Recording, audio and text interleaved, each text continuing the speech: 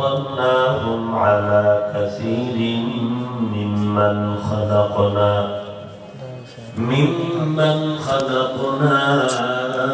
تفضيلا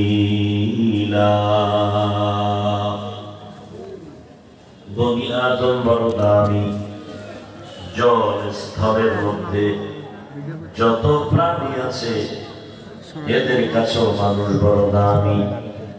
আল্লাহ মানুষের জন্য হালাল ভাবে পিওর খানার আয়োজন করেছেন।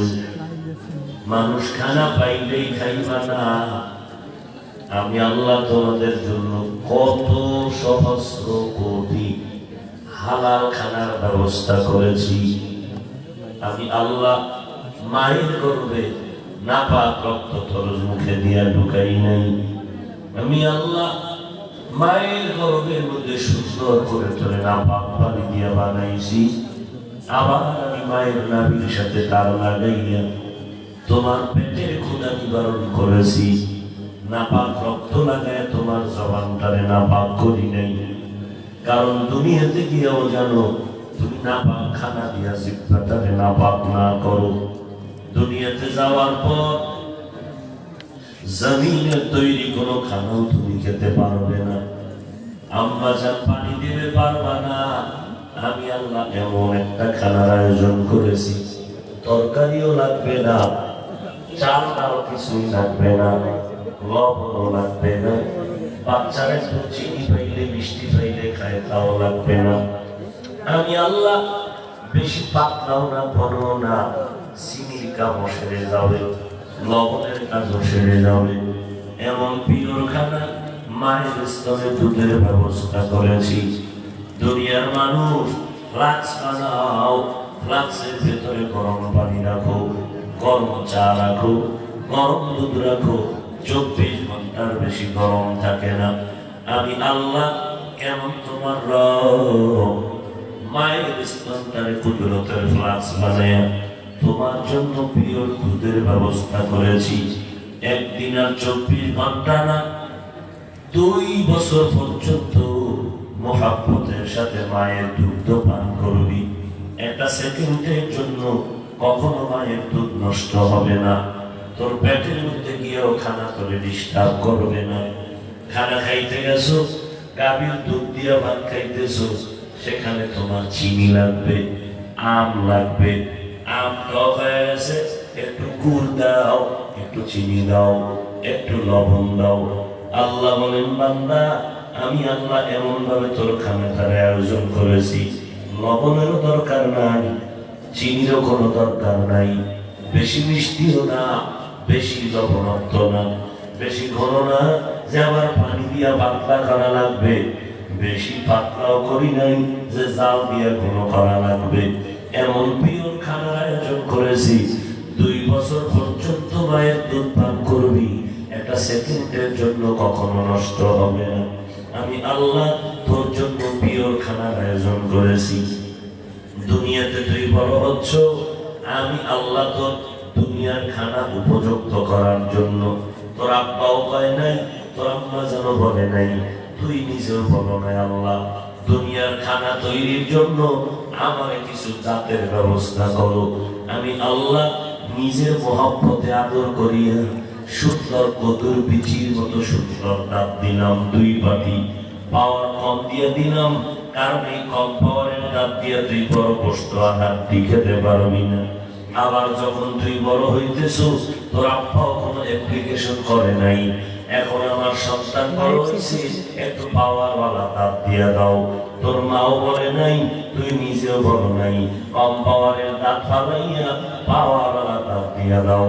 আমি আল্লাহ যখন মনে করেছি এখন তোর পাওয়ারওয়ালা দাঁতের দরকার, ওই কম পাওয়ারের দাঁতগুলো ফালাইয়া আমি আল্লাহ পাওয়ারওয়ালা দাঁতের ব্যবস্থা করেছি। আরে বান্দা হালাল ভাবে খানার আয়োজন করেছি, এই শিক্ষাটা আমি নাপাক করতে দেই নাই। গাভীর দুধ খাইতেছো কেমন করে? একটা গাভী সারাদিন হাল চাষ করো, গাভীটা দিয়া বান্দা ঘাস খায়, খের কুটা খায়, অথচ টাকায় দেয়। এই গাভীর মধ্যে এত পিওর দুধ কোথা থেকে আসলো? তুই দুধ দহন করিয়া তোর পাত্র বালতি করিয়া 20 কেজি 10 কেজি দুধ ঘরে নাও। আগামীকাল সকালবেলা গাভীর নিচে যাইয়া বালতিটা দেওয়ার আগে তার ওলানটা একটু কেটে দেয়, গরুটারে জবাই করে দেয়।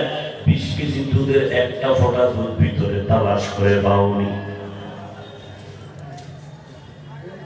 আকলা পেশা খামোশি বুয়া, পেশায়ে জাহিল ফরামোশি বুয়া। একটু দেখ,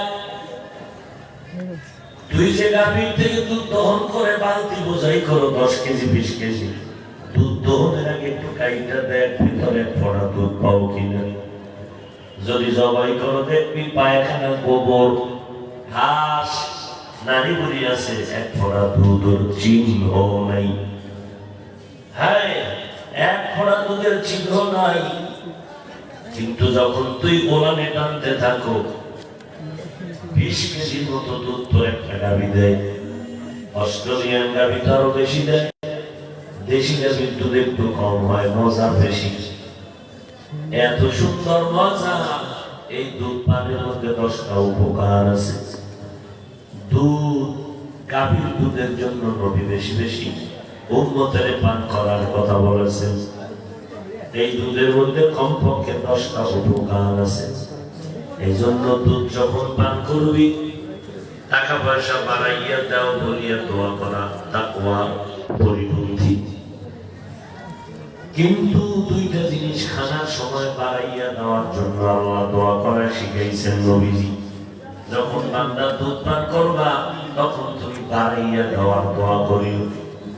আল্লাহুম্মা বারিক লানা ফীহি ওয়া জিদনা মিন, বরকত দাও এবং এই দুধের মাধ্যমে তুমি আমার বরকত বাড়িয়ে দাও। আর কোরআনের ইলম যদি শিখো সেইখানে বাড়ায় দেওয়ার দোয়া নবী শিখাইছেন, আল্লাহ শিখাইছেন, রব্বি জিদনি ইলমা। এর নবীর উম্মতের দল, মানুষ আল্লাহর কাছে বড় প্রিয়, মানুষের আল্লাহ বড় আদর করে বানিয়েছেন, মানুষের জন্য হালাল খানার ব্যবস্থা করেছেন, মানুষের জন্য সম্মানের চেয়ার আল্লাহ দান করেছেন। মানুষ যখন সম্মানিত হয়, সম্মান পারে টিকায় রাখার জন্য তার স্বাধীনতা নষ্ট হয়ে যায়। খুব খেয়াল করে, একটা মানুষ যখন সম্মানের চেয়ারে বসতে চায় তার জন্য জীবনটা সংকীর্ণ সীমাবদ্ধ হয়ে যায়। অন্যান্য মানুষের সম্মান আর তার সম্মান যেহেতু এক না, অন্য মানুষের খানা তার খানাটাও এক না, অন্য মানুষের হাঁটা পথ চলা আর সম্মানিত ব্যক্তির পথ চলা এক না। যে কোনো মানুষ যেদিকে যাইতে পারবে, সম্মানের মানুষটা যে কোনো দিকে যাইতে চাইলেই পারবে না, কারণ মানুষের কাছে সে হালকা হয়ে যাবে। জমিনের মধ্যে মানুষ বড় দামি, জিনেরাও এত দামি না, ফেরেশতারাও এত দামি না। অতএব তোমার চলাফেরাটাও সীমাবদ্ধতার মধ্যে থাকতে হবে। আবার এই মানুষের মধ্যে বড় দামি ঈমানওয়ালারা, বেঈমানেরা যা করবে মুমিনেরা তা করতে পারবে না, কারণ তাদের থেকে তোমাদের সম্মান বেশি। বেঈমানেরা গালি দিতে পারবে, মুমিন পারবি না। বেঈমানেরা হারাম খাইবে, মুমিনেরা হারাম খেতে পারবে না। বেঈমানেরা মন চাইলে ঘুমাইবে, তুমি পারবে না। আজানের আওয়াজ হইলে দৌড়াইয়া মসজিদে হাজিরা দেওয়া লাগবে। বেঈমানেরা সামনে খানা পাইছে খাইবে, মুমিন তুমি পাইলে খাইতে পারবে না। আগে তদন্ত করো এ খানাটা আমার জন্য হালাল নাকি হারাম। আবার এই মুমিনের মধ্যে আর একটু দাবি যারা তাকওয়ার মানদণ্ডে আম্বিয়ায়ে কেরাম, আম্বিয়ায়ে কেরাম তথা সমস্ত জগতের মধ্যে দামি আমার পয়গম্বর রাহমাতুল লিল আলামিন। আবার এই নবীর উম্মতের মধ্যে আমরা আখির নবীর উম্মতরা বড় দামি। আবার আমগো এই জমিনে এখন যত উম্মতের মধ্যে কোরআনওয়ালা আলেম ওলামারা অনেক দামি। উলামায়ে কেরামের এত দাম, নবী বলেন আমার দায়িত্ব উলামায়ে কেরাম আহলে হক ওয়ারাসাতুল আম্বিয়া, এরা আমল করবে, পালন করবে। উম্মতের জান্নাতের পথে রাখবে, উম্মতেরা তাদের পথ মত অনুসরণ করে চলবে। আল্লাহ পাক বলেন, মানুষ মাটি থেকে তোমাদের সৃষ্টি করে আমি বুঝাইতে চাই, মিনহা খালাকনাকুম, ও মাটির মানুষ, মাটি দিয়ে তাকায় দেয়, মাটি থাকে সবার পায়ের নিচে, কিন্তু মাটির মধ্যে এমন গুণ আছে যেই গুণ নূরের সৃষ্টির মধ্যে নাই, যেই গুণ জিনের মধ্যে নাই। মাটিতে এত গালি দেয়, মাটির উপর এত অত্যাচার জুলুম করে, মাটি প্রতিশোধ নেয় না। আরে মাটির মানুষ, মাটির সৃষ্টি আমার কাছে দামি, কিন্তু জিন শয়তানের ইবলিস এই কথাটা মেনে নিতে পারে নাই। অতএব আজকে যারা মাটির সৃষ্টিকে সম্মান দিতে পারে না, সম্মানের পাত্র মনে করে না, মূলত তারা ইবলিসের সাথে তাল মিলে চলে। নূরের তৈরির দাম বেশি, আল্লাহ বলেন মাটির সৃষ্টির দাম বেশি, আর তুমি বলো নূরের সৃষ্টির দাম বেশি। এ নিয়ে কিলাকিলি করে উম্মতের মধ্যে, নবী নূরের তৈরি, এ নিয়ে কত সৃষ্টি, কত কিলাকিলি ঝগড়া। আল্লাহ কয় মাটির সৃষ্টি দামি, নূরের সৃষ্টি দামি না। নূরের সৃষ্টি দামি না, মাটির সৃষ্টি দামি। কথাটা আল্লাহ মানে নাই, কে? ইবলিস। কে মানে নাই? ইবলিস। আল্লাহ বলেন তুই চির জাহান্নাম, যা। এক। দ্বিতীয় আল্লাহ বুঝাইলেন, আরে মাটির মানুষ, মাটি দিয়ে তাকায় দেখ, কত অত্যাচারের পরে মাটি দুর্বল হয়ে চুপ হয়ে আছে। মাটি যদি একটু মেজাজ গরম করে, যেই জায়গায় ঘুমায় গেছে ওই মাটি তোর ভিতরে ঢুকায় নিতে পারেনি, পারেনি। বিশ্বব্যাপী জবরদস্ত সৃষ্টির শ্রেষ্ঠ ধনী এক বেঈমানের নাম হলো কারূন। নবীর যুগে নবী কয় যাকাত দে, কারূন কয় যাকাত দেওয়া হবে না। মাথা গরম, নবী মূসা রাগান্বিত আওয়াজ দিয়ে যখন হুঙ্কার দিলেন যাকাত দাও, কারণের মাথা গরম। কারণ যার লাগে না তার 5 টাকার বেশি লাগে না, আর যার পেটে ক্ষুধা লাগে, আরে লক্ষ টাকা দিলেও পেটের ক্ষুধা নিবারণ হয় না। কঠিন জিনিস। কারণের যত বুঝায়, এত সম্পদ আল্লাহ দিছে, আর বড় জাকাত দিতে চায় না। দেখছেন আমগো গরিবেরা নাই নাই এর মধ্যে 2 টাকা মাদ্রাসায় যায়, 5 টাকা মসজিদে যায়। আর আল্লাহ বড় লোকের এত দেয়, এত দেয়, 5 তলা 10 তলা 20 তলা। মাগুরা শহরে বিল্ডিং, ঢাকায় বিল্ডিং, আপনাদের থানায় বাড়িতে বিল্ডিং, এত টাকা, এত ফ্যাক্টরি, এরপরও কায় আরো চাই, আরো চাই, আরো চাই। গরিব 2 টাকা চাইলে দেয় না, আবার দিতে গেল ঝাল পিঠাইয়া গালাগালি করে মজা দেখায় দেয়, দেয়নি। টাকা দেবে 10 টাকা, গালি দেবে 5 টাকা। এইভাবে করে বড় লোক চলতেছে। এত টাকা পাইও শুকর আদায় করে না। মাদ্রাসাওয়ালারা যদি কয় স্যার মাদ্রাসায় কিছু দান করবেননি, বলে এমন কেন তোমরা করো, এত টাকা দিয়া করো বাকি।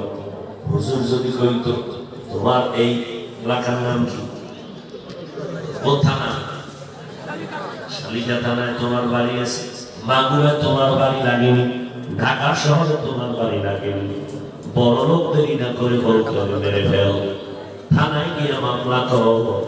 অথচ মাদ্রাসার টাকা চাইলো, তোমার আব্বায় খাবে না, হুজুরও খাবে না। কত এতিম ছাত্র আছে এই শীতের মধ্যে একটা ল্যাপ কম্বল কিনতে পারে না। কত এতিম ছাত্র আছে সারা রাত কোরআন পড়ে, নামাজ পড়ে, একটা গুনার কাজ করে না। এই বাচ্চাগুলো একটা শীতের পোশাক কেনার টাকা নাই, তোমার টাকা দিয়ে কোরআনওয়ালা এক মুঠ ভাত খাবে, তোমার টাকা দিয়ে কোরআনওয়ালা একটা কম্বল কিনবে, তোমার টাকা দিয়ে কোরআনওয়ালারা একটা শীতের পোশাক পরবে। তুমি সেখানে ধাক্কা দিয়ে কত বাজে মন্তব্য করে বললা, হুজুরেরা দেশটারে নষ্ট করলো। মাদ্রাসায় পড়ে কি লাভ হবে? ভিক্ষা করে খাওয়া লাগে। ও আল্লাহর বান্দা, হুজুরেরা ভিক্ষা করে, মানুষের কাছে মোহাব্বতের নজরে যায়, মানুষ কলিজা দিয়া এরপরে মোহাব্বত করে দান করে। আর যারা বলে হুজুরেরা ভিক্ষু, আল্লাহর কসম, আল্লাহর কসম, আল্লাহর কসম, তারা হলো সৃষ্টির শ্রেষ্ঠ নিকৃষ্ট ইতর, বড় টাকা। ওরা চুরি মারিয়া খায়, ওরা গরিবের উপরে পাড়া দিয়া খায়, ওরা কলমের খোসায় খায়, ওরা গরিবের মামলা দিয়া খায়, ওরা জুলুম করে খায়, ওরা চুরি করে খায়, ওরা ডাকাতি করে খায়, ওরা গলায় পাড়া দিয়া খায়, ওরা দোকানে আগুন লাগায় খায়, ওরা ঘর বাড়ি সারা করিয়া খায়। সৃষ্টির নিকৃষ্ট টাকা, ওরা সৃষ্টির নিকৃষ্ট ইতর, ওরা সৃষ্টির নিকৃষ্ট চোর, আর কোরআনওয়ালারা সৃষ্টির শ্রেষ্ঠ বাদশা। মাদ্রাসায় এসে কয়, হুজুর একটা খাসি দিলাম, তাড়াতাড়ি এতিমদের খাওয়ায় দেন। হুজুর যদি বলে দিব না, ওই বেচারা মনের কষ্টে চলে যায়। হুজুর আমি 1000 টাকা দিলাম, নিয়ে নেন, আমার টাকা দিয়ে এতিমের একটু শীতের পোশাক কিনে দিবেন। হুজুর আমি এক জিলদ কোরআন কিনে দিলাম, বুখারীর একটা সেট কিনে দিলাম, হাদিসের কিতাব কিনে দিলাম, তাফসীরের কিতাব কিনে দিলাম, মনের খুশিতে দান করিয়া ঘরের মধ্যে গিয়া বিবিরে কয়, আজকে দিনটা ভালো লাগে, আল্লাহ কোরআনের মাদ্রাসায় দান করেছি। নবী জীবনে কাজ করছো একটা, আল্লাহ তোমার ফায়দা আর ফলাফল দিবেন 4টা। দান করছো 1 টাকা 5 টাকা 1 কোটি, ফলাফল হবে 4টা বাবা। 1 নম্বর, তোমার কামাই রুজিতে আমার আল্লাহ বরকত বাড়ায় দিবেন। 2 নম্বর, আল্লাহ তোমার হায়াতটারে আরো বাড়ায় দিবেন। 3 নম্বর, আল্লাহ ফেরেশতা দিয়া আসমান বরাবর মুসিবত থেকে তোমার হেফাজত করবেন। 4 নম্বর, তোমার যদি কেউ কবরে থাকে, আল্লাহ বলবেন ফেরেশতারা যা কবরকে বেহেশতের বাগান বানায় দাও। কাম করছেন একটা, ফলাফল কয়টা? শুধু দান করছেন সাধ্য মতো। 1 টাকাও যদি দেন আল্লাহর জন্য, নামের জন্য, ফলাফল কয়টা? হায়াত বেড়ে যাবে, মুসিবত থেকে ফেরেশতারা হেফাজত করবে, আল্লাহ আপনার কামাই রুজিতে বরকত বাড়ায় দিবে। কবরে যারা আছে আল্লাহ তাদের কবর জান্নাতের বাগান বানায় দিবে। ও মানুষ, মিনহা খালাকনাকুম, মাটির মানুষ মাটির মতো দুর্বল হয়ে যাও, নরম হয়ে যাও। মাটির মধ্যে কত অত্যাচার, কাউরে কিছু করে না। তুমিও মাটির মতো দুর্বল হয়ে চলো, মর্যাদা বেড়ে যাবে। قال النبي صلى الله عليه وآله وسلم من تواضع لله رفعه الله। যারা আল্লাহর জন্য নিজের ছোট বানায় দেয়, আল্লাহ তাদের মর্যাদা অনেক উঁচু করে দেয়। আল্লাহর জন্য নিজের ছোট বানায় দাও। কত আল্লাহর বান্দার 20,000, 50,000, 1 লাখ টাকা দান করিয়া কাগজে লেখা দিছে, আমার নাম যেন মাইকে ঘোষণা করা না হয়। আর এক পাবলিকে সিফায় দাঁড়াইয়া 500 টাকা দিছে, দিয়া কয় যদি মাইকে নাম না বলা হয় টাকা ফিরে দিস। আছে না? এইরকম কিছু বেয়াদব সমাজে আছে, 1 টাকাও মসজিদে দেয় না, বারবার হিসাব চায়। মাদ্রাসায় টাকা দেয় না, বারবার হিসাব চায়। টাকা দিয়া লাভ নাই, কেন? হিসাব নাই। এত টাকা দেয় যায় কই? যদি কেউ জিজ্ঞাসা তুই কয় টাকা দিছ, আমার আব্বাও দেয় নাই, আমি 1 টাকাও দেই না। ও বাবা, তোমার হিসাব নেওয়ার দরকারটা কি রে বেয়াদব? আজকে যদি 2 টাকা দিতি, আল্লাহ কুদরতের হাতে তোমার হেফাজত করত। এরে নবীর উম্মতের দল, মাটির মানুষ মাটির মতো নরম হইয়া, শুধু দুর্বল হইয়া ঘুমাইলে হবে না। মাটি নরম হয়ে কিন্তু উম্মতের উপকার করে। দুনিয়ার সব মাখলুকাত মাটির মধ্যে পড়ে আছে, কারো সাথে রাগ করে না। এখানের মাটি সেখানে পিপিলিকায় নেয়, মাটি রাগ করে না। এত কিছু করার পরেও মাটি সবার উপকার করে। মাটির মানুষ তুমি দুর্বল হইয়া নরম হইয়া সবার সাথে ভালো ব্যবহার করো, পারলে উপকার করো, না পারলে চুপ থাকো, কারো ক্ষতি করবা না। পারলে ভালো উপদেশ দাও, না পারলে চুপ থাকো, কাউকে খারাপ পরামর্শ দিও না। এর নবীর উম্মতের দল অহংকার গরম ভাব কেন দেখাইবা? মাটি যদি গরম ভাব দেখায়, ওই কারুন যখন যাকাত দিতে অস্বীকার করলো, মুসা নবী যখন গরম বক্তব্য দিলেন যাকাত দিতেই হবে, কারণ এখন অপকৌশল অবলম্বন করলো। কারণ কৌশলে যখন বেঈমানেরা আগাইতে পারে না, তখন অপকৌশল শুরু করে। অপকৌশল করতে গিয়া তারা আর ডানেও তাকায় না, পেছনেও তাকায় না, মা আর বাবার দিকে তাকায় না, ধর্মের দিকে তাকায় না, ইজ্জতের দিকে তাকায় না। তাদের উদ্দেশ্য হলো মনের নফসের চাহিদা পূরণ করা, স্বার্থ উদ্ধার করা। কারুনের মতো বেঈমান সুন্দরী একটা মেয়েরে স্বর্ণের লোক দেখাইয়া রেডি করলো। মুসা নবী যখন মাঠে ময়দানে দাঁড়াইয়া যাকাতের পক্ষে বয়ান দিবে, ও মেয়ে, কত স্বর্ণ লাগবে তোমারে দিলাম, তুমি দাঁড়াইয়া বলবা মুসা নবী আমার সাথে জিনা করেছে। লোভে বাপ, এবার মেয়েটা স্বর্ণের লোভে পড়িয়া গেছে। হেদায়েতের মালিক আমার আল্লাহ। মেয়েটা যখন ময়দানের এক পাশে দাঁড়ায় আছে, পায়ের খবর মুসা নবী বক্তব্য দিতেছেন, যাকাত দাও, গরিবের হক আদায় করো, এরে নবীর উম্মতের দল, যাকাতের টাকা তোমার জন্য খাওয়া হারাম। হারামে কিন্তু আরাম নাই, তুমি না দিও কিন্তু এই যাকাত খাইলে তোমার রক্তের সাথে মিশে দূষিত হয়ে যাবে। এটা গরিবের হক, এটা তোমার নেওয়ার কোনো অধিকার নাই। এবার কারুন যখন ময়দানে মহিলাদের রেডি করে দিল, মুসা নবী যখন গরম বক্তব্য শুরু করলেন, কারণ কয় মহিলা দাঁড়াইয়া আমার মন্ত্রটা শুনাইয়া দাও, সাজানো নাটক তুমি পেশ করো। আল্লাহ বলেন, ওয়া মাকারু ওয়া মাকারাল্লাহ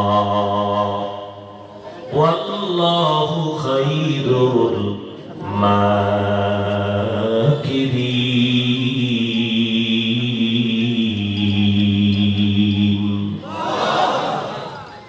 কত চালাকি করবি রে বান্দা, আমি মাওলা পাকের বুদ্ধির সামনে আর তোমার কোনো চালাকি টিকবে না। মেয়েটা যখন দাঁড়ায় গেল, নবীর বিরুদ্ধে অপবাদ দিবে, আল্লাহ মহিলার জবানটারে আটকায় দিলেন। মেয়েটা কথা বলতে পারে না, ভয়ে ভয়ে কাঁপতে শুরু করলো। মেয়েটা বসে গেল, মনে মনে কয় আল্লাহ আর বলবো না, তুমি জবান খুলে দাও। আল্লাহ যেহেতু রহমান রহিম জবান খুলে দিলেন। আবার টাকার লোভে পড়িয়া দাঁড়ায় গেল, দেখি আর একবার চান্স নিয়ে বলা যায়নি। আবার যখন দাঁড়ায় গেল, আল্লাহর কুদরতে জবানটা বন্ধ হয়ে গেল। আবার বসে পড়ল। এইভাবে কয়েকবার করার পরে ফাইনাল সিদ্ধান্ত নিল, আল্লাহ আর নবীর বিরুদ্ধে কিছু বলবো না, সত্য কথাটা বলার মতো তৌফিক দাও। মেয়েটা এবার নিয়ত খাটি লইয়া দাঁড়াইছে, আল্লাহ মেয়েটার জবান খুলে রাখলেন। মেয়েটা ডাক দিয়ে কয়, নবী মুসা, একটু কথা বলার সুযোগ আমাকে দান করেন। বলে, বলো। কি বলো? মেয়েটা ডাক দিয়া কয়, কারুনের মতো বেঈমান আমারে স্বর্ণের লোভ দেখায় রেডি করছে, আমি আপনার বিরুদ্ধে অপবাদ দিব, আপনি জিনাকার, জিনা করেছেন। আমি সাক্ষী দিচ্ছি আপনি নবী, আপনার মতো পবিত্র আর কেউ নাই। মুসা নবী আরো রাগ হয়ে গেল, আসমানের দিকে তাকায়, আল্লাহ গো, জমিনটারে আমার গোলাম বানায় দাও এই মুহূর্তে। আল্লাহ কয়, দিলাম। মুসা নবী জমিনের ডাক দিয়া কয়, জমিন কারুনের ঘর। বলা মাত্র কারুনের হাঁটু পর্যন্ত মাটি গ্রাস করে ফেলল। কারণ এইবার মাপ চায়, মাপ করে দাও। মুসা নবীকে মাটি ধরার মতো ধর। এইবার কারুনের মাজা পর্যন্ত মাটি গ্রাস করে ফেলল। কারুন বলে, মাফ করে দাও মুসা, মাফ করে দাও। মুসা নবীকে মাটি আবার দাও। আবার যখন ধরলো, বুক পর্যন্ত মাটি গ্রাস করে ফেলল। মুসা নবীকে উম্মতেরা পাথর মেরে ওরে শেষ করে দে। যখন ওরে শেষ করলো, আল্লাহ ওহী নাযিল করে কয়, ও মুসা, এই কারুন তোমাকে কতবার বললো মাফ করে দাও, মাফ করে দাও। আমি আল্লাহ তো কারণের মুখে দিয়ে তাকাইছিল, তোমার কাছে এতবার বলার পরও তুমি ক্ষমা করো না। কারণে তোমার লাগতো না, একবার যদি বলতো আল্লাহ তুমি আমাকে মাফ করে দাও, আমারে একবার বলা মাত্র আমি কারণের এই বিপদ থেকে মাফ করে দিলাম। আমি আল্লাহর অন্তরে এত বেশি মায়া। এরে মাটির মানুষ, মাটির মতো নরম হয়ে চলো, কারো সাথে গরম ভাব দেখাই। আর গরম ভাব কেমনে দেখাইল? যেই পুঁজি দিয়ে গরম হইতে চাও ওই পুঁজির তো তোমার ভ্যালু নাই। কয় কি পুঁজি? কয় টাকার গরম। বলে তোমার টাকার গরমের ভ্যালু কি? বলে শালিকা থানার ভ্যালু মাগুরা জেলায় ধনির কাছে তোমার টিকে না। মাগুরা জেলার ধনির গরম ঢাকা রাজধানীতে টিকে না। রাজধানী টাকাওয়ালার গরম ইন্ডিয়াওয়ালার কাছে টিকে না। ইন্ডিয়ানওয়ালা টাকার গরম আমেরিকার কাছে টিকে না। সারা জগতের টাকার গরম আনার গরম আমার মাওলা দরবারে টিকে না। এই গরম হয়ে লাভ কি? যে তোমার এক জায়গায় গিয়ে ধাক্কা খায় ঠান্ডা হওয়া লাগবে। আবার বলো রক্তের পুঁজিতে গরম হইছ, এই রক্তের গরম পুলিশ দেখলে থাকে না, তো এই গরম হয়ে লাভ কি? এই রক্তের গরম কালা পোশাকের বেতের বাড়ি খাইলে টিকে না, তো এই গরমের ভ্যালু কি? এরে নবীর উম্মতের দল, এরপরে তুমি গরম হইতেছো ক্ষমতা। নমরুদের থেকে বড় ক্ষমতা, ফেরাউনের থেকে বড়টা তুমি পাও নাই। তাহলে তোমার এই ক্ষমতার কিন্তু গরম পর্যন্ত দেখবে না। এইবার আসো তোমার একটু শিক্ষাগত গরম আছে। আমি বড় ডাক্তার, আমি বড় ইঞ্জিনিয়ার, আমি বড় একজন দার্শনিক। তোমার এই গরমটা অন্য দার্শনিকের কাছে দেখবে না, ভালো ডাক্তারের কাছে দেখবে না। তোমার শিক্ষাগত যোগ্যতা এগুলো তোমার আমার আল্লাহ পাক দিয়েছেন। এক সময় কিন্তু তোমার ব্রেন আস্তে আস্তে দুর্বল হয়ে যাবে। তোমার আরে ভাই লাইভে একটু এরকম দেখা যায়, দর্শনের মেধাটাও কমে যাবে। এরে বান্দা, এক পর্যায়ে তুমি মৃত্যুর কোলে ঢলে পড়বা। তোমার মেধা থেকে একটা মৌমাছির মেধা ভালো, একটা বাবুই পাখির মেধা ভালো। এরে নবীর উম্মত, ইঞ্জিনিয়ার হইয়া তুমি 5 তলা বিল্ডিং করেছো, আর এক বড় ইঞ্জিনিয়ার একটা তোমার থিওরির মধ্যে ভুল হয়েছে, মাথা খারাপ হয়ে গেছে। কিন্তু আল্লাহ বলেন তাকায় দে, কত সুন্দর ইঞ্জিনিয়ার বানাইছি মৌমাছি। মৌমাছি এমন ইঞ্জিনিয়ার, সুন্দর বাসা বানাইছে, কাছের জালে বিল্ডিং, বেডরুম আলাদা, ড্রয়িং রুম আলাদা, ডাইনিং আলাদা, বাথরুম আলাদা, মধু রাখার বোতল আলাদা। সব বোতলের মুখ খোলা নিচের দিকে। একটা মৌ পোকার বাসায় 20 কেজি মধু থাকে, বোতলের মুখ খোলা, এক ফোঁটা মধু নিচে গড়াইয়া কখনো পড়ে না। এবং এই বিল্ডিংটা এমন সুন্দর করে সাজাইলো, একটা রুমের সাথে আরেকটা রুম আঁকা বাঁকা নাই, সুতা দরবা সমান। আমেরিকার মৌমাছির বাসা বাংলাদেশের মৌমাছির বাসায় কোনো ব্যবধান নাই। মনে হয় তারা এক শিক্ষকের থেকে ইঞ্জিনিয়ারিং পাস করে আছে। কিসের মেধার বাহাদুরি করো? ও ভাই, তোমার যৌবনের বাহাদুরি করো। ওই তোমার দাদা দিয়ে তাকায় দেখো, তোমার নানা দিয়ে তাকায় দেখো। আমার মতো যৌবন ছিল, একটা কাঁচামরিচ আর পানি ভাত খায় যেই পরিমাণ শক্তি ছিল। এখন তোমার দাদারে জিজ্ঞাসা করো, দাদা শক্তি কেমন? গরু, খাসি, মুরগি, এত ধরনের মাছ খাইয়া এখন আর লাঠি ছাড়া হাঁটতে পারি না। কই গেল শক্তি? কোন দিন আমার গালে দাঁড়িয়ে উঠছে আমি টের পাই নাই, কালো দাড়ি কোন দিন সাদা হয়ে গেল টের পাই নাই, কোন দিন আমার যৌবনের ঘরে পাঠা লাগলো টের পাই নাই। একদিন তো এইভাবে জীবনটা চলে যাবে। এই মহামারী করোনার ভিতরে কত আমার মতো বয়সের যুবক গুলো কবরে চলে গেল। ও যুবক, তুমি যখন বালিশে মাথা লাগাইয়া ঘুমাও, তোমার কি ভয় লাগে না? ঘুমের মধ্যেও তো কত মানুষের মরণ হয়। তোমার আমার যদি মরণ হয়ে যায়, কালকে কবরে গিয়ে তুমি কি জবাব দিবা? কিসের বাহাদুরি করো? দুনিয়াতে যত আপন আপন মনে করো, দলের জন্য জীবন দেয়, নেতার জন্য জীবন দেয়, পীরের জন্য মুরিদে জীবন দেয়, মেয়ের জন্য যুবক জীবন দেয়, যুবকের জন্য যুবতী জীবন দেয়। কোনে তুই কিন্তু একটা যুবতী তো পাওয়া গেল এই না, আইছে তো যে একটা সাকিবের লাইভ যুবতী মাইয়া তো পাওয়া গেল না, একটা যুবক ছেলেও তো পাওয়া গেল না যে আমার প্রেমিকা মরে গেছে, শোনা যাচ্ছে না আমি আর কিছু করে থাকবো না, আমি ওর সাথে এক কবরে থাকবো। জমিনে কোনো নজির নেই, কোনো মেসাল নাই। তাহলে এই মেয়েটা যখন তুমি অসুস্থ হয়ে গেছো, মরো নাই,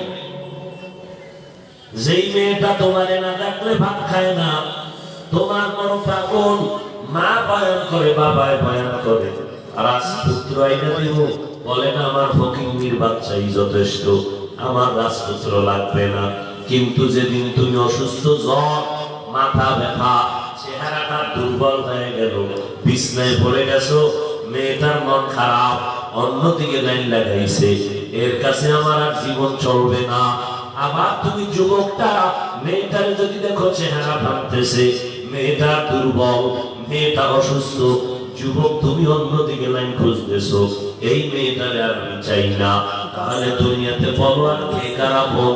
ওই কবরে যেদিন তোমার ডাক আসবে, সাদা কাপড়ের প্যাকেটে যেদিন ঢুকবা, ওই কবরে তোমার কেউ আপন হয়ে যাবে না।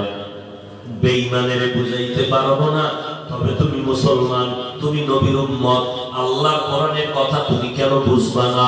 নবীর কথা কেন তুমি বুঝবা না? আজ পর্যন্ত কত বেঈমান অপচেষ্টা করে একটা কোরআনের ভুল বের করতে পারে নাই। সেই কোরআনের কথাই কেন তুমি মানবা না? ওই কবরে